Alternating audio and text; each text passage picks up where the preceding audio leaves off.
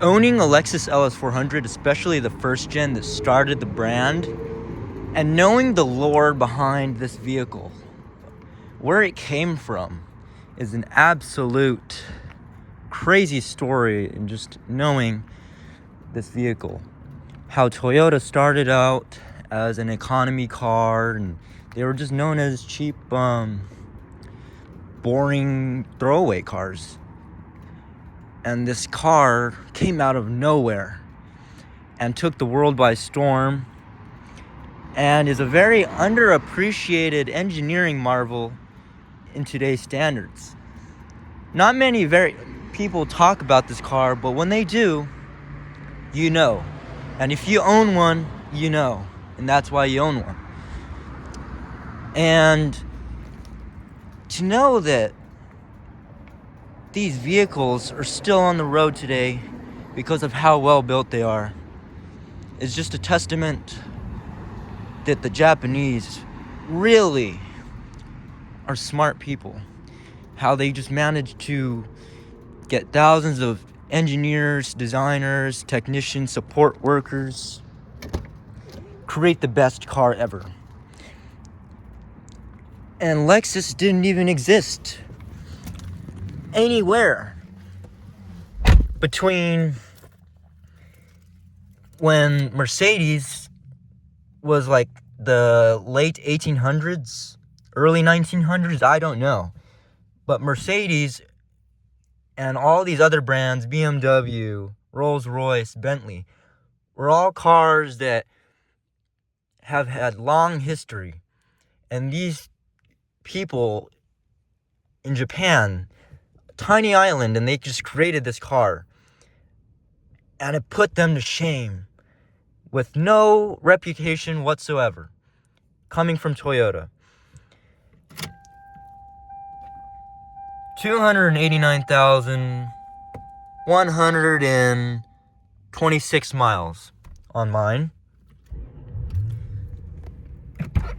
Still runs and drives like a dream.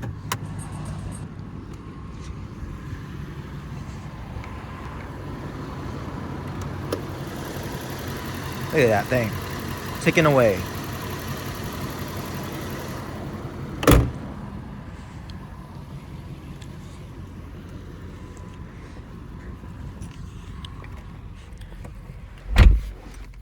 And to have known that when these cars came out in '89,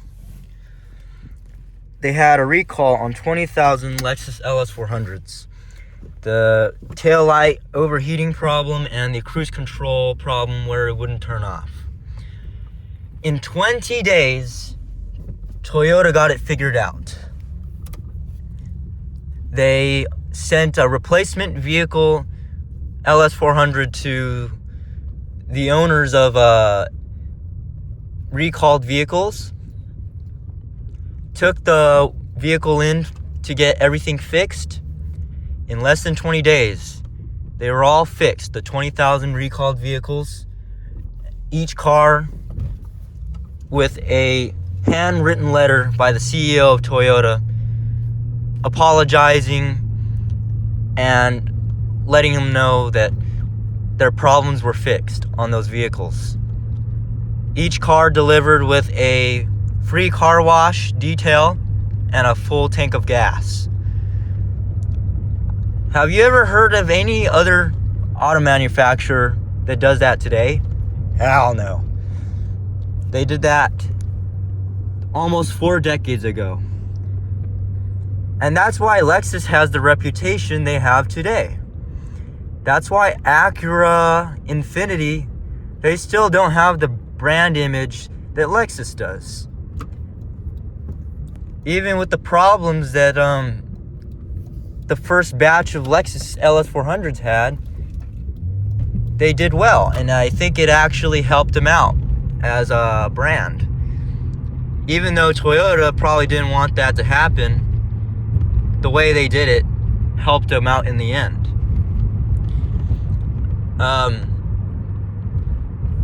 And to think that the LS400 has been a lab rat for engineering and a lab rat to be taken apart and learned about, so people could better understand and make better vehicles. I think Hyundai and Kia did that one time, and they made a knockoff LS400, even with the fake gauge cluster with the projector lights, which this car was the first to do that, with the electroluminescent gas-filled needles. Just knowing the lore about this car, like the drag coefficient being 0.29 for a late 80s vehicle, a vehicle designed in the 80s, being lower than a modern Porsche 911 with a drag coefficient of 0.31, that's insane. And how they managed to create a V8 more economical on gas,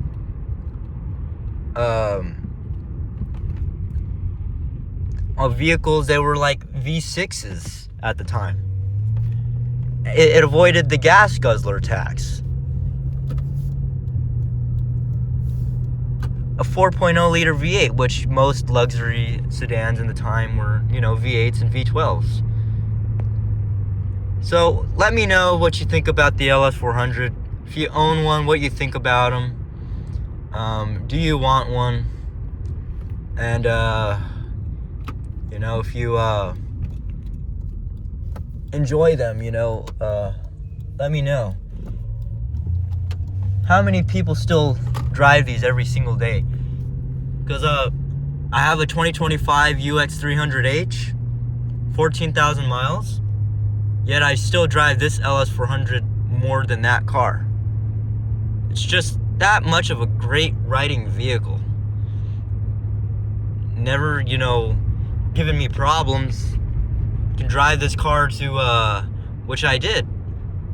During the summer when it was 120 degrees Fahrenheit, drove through Utah, Nevada, Arizona, all the way to Cheyenne, Wyoming, and Denver, Colorado. Drove it to Seattle, Washington, from here to California, back and forth. It's a great vehicle, and it's still on most of its original parts. So yeah, let me know what you think about the LS400. Do you own one? And I'll see you guys later.